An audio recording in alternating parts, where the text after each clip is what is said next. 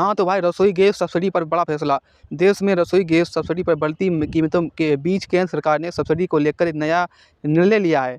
प्रधानमंत्री उज्ज्वला योजना के तहत गरीबों परिवारों को मिलने वाली गैस सब्सिडी अब केवल पात्र परिवारों तक सीमित की जाएगी।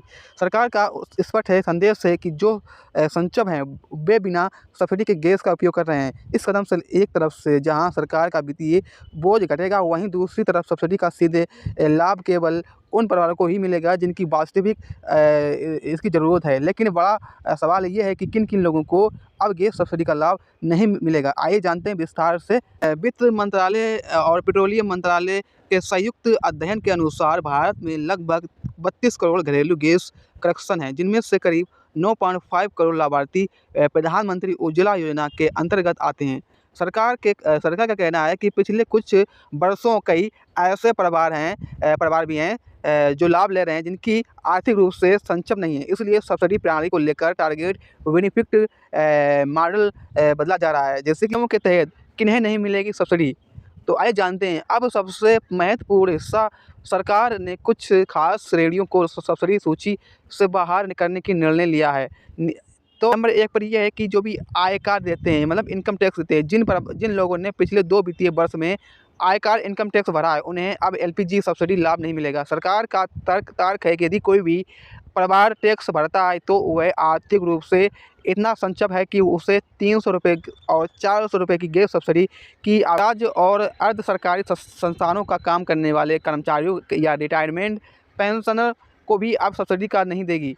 यह नियम इसलिए लागू किया गया है कि क्योंकि इन्हें हर महीने नियमित आय प्राप्त होती है। अब जिसके बाद 10 लाख या उससे अधिक वार्षिक परिवार वाले, सरकार ने नए दिशा निर्देश में यह स्पष्ट किया है, जिन परिवारों की वार्षिक आय 10 लाख रुपया या उससे अधिक है, उन्हें सब्सिडी से बाहर रखा जाएगा। इनमें से पति पत्नी दोनों की संयुक्त जोड़ा जाएगा। इसके बाद 4 पहिया वाला वाहन, जैसे कि यदि आपके घर में कार या 4 पहिया वाला वाहन है तो आपको सब्सिडी का लाभ नहीं मिलेगा।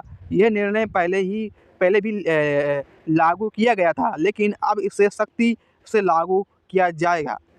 इसके साथ ही जो लोग 2 या उससे अधिक एलपीजी गैस कनेक्शन का उपयोग कर रहे हैं, उन्हें सब्सिडी से वंचित किया जाएगा। मतलब ऐसे मामले में केवल एक ही सक्रिय कनेक्शन पर लाभ सब्सिडी जारी होगी।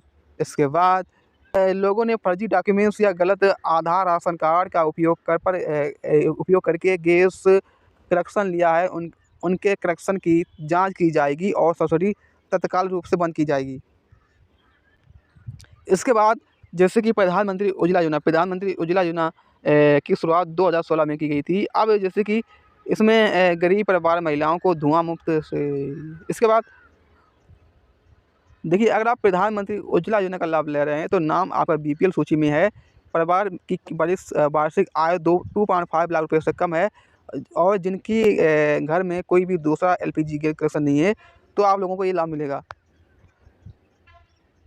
इसके बाद सब्सिडी की राशि कितनी, जैसे वर्तमान में नवंबर 2025 तक सरकार उज्ज्वला उपभोक्ताओं को प्रति सिलेंडर पर लगभग 300 रुपये की सब्सिडी देती है।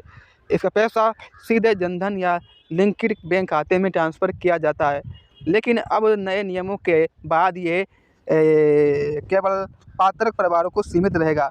अब लोगों को बाजार मूल्य पर ही सिलेंडर खरीदना होगा।